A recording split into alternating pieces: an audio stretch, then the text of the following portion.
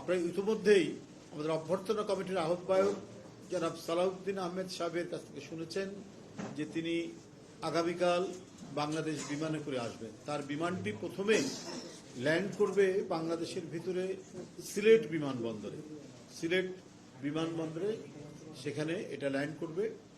আপনাদের মাধ্যমে আমি যেটা জানাতে চাই যে সিলেট মহানগর এবং সিলেটের আশেপাশের জেলাগুলো বা সিলেট জেলার কোনো নেতৃবৃন্দ কেউ অহেতুক বিমানবন্দরে ভিড় করবেন না, বিমানবন্দরে সেখানে যাবেন না।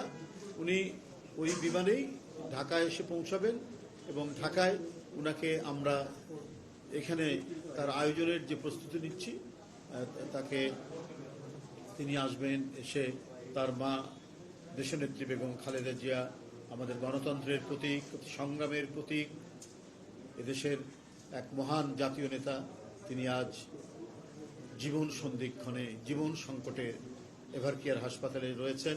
তাকে দেখার জন্য তিনি আসবেন। দেখতে যাওয়ার পথে তিনি দেশবাসীর উদ্দেশ্যে শুভেচ্ছা ধন্যবাদ জানাবেন।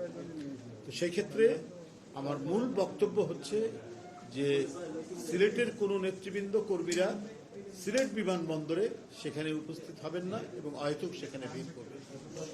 এটি আপনাদের মাধ্যমে আমি সিলেটবাসী এবং সিলেটের বিএনপির যত নেতৃবৃন্দ রয়েছেন মহানগর জেলা এবং আশেপাশের জেলার সকলকে অবহিত করলাম। ধন্যবাদ।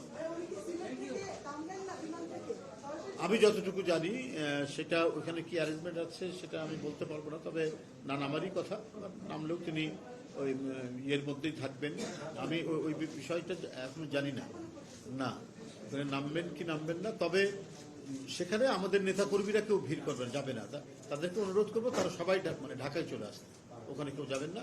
এটা আমি নির্দেশক্রমে জানাচ্ছি আর কি।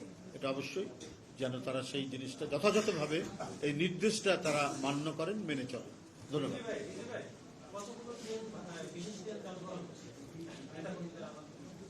বেশ কয়েকটা, এখন যথার্থ এক্সাক্ট সংখ্যাটাই বলতে পারবো না। 7 রুটে এটাই করা হয়েছে। আমি পরবর্তীতে কোনো ব্রিফিংয়ে আমি টোটালটা জেনে আমি আপনাদের জানাবো। ধন্যবাদ। আচ্ছা দেখি, আমি খোঁজ নিয়ে দেখি।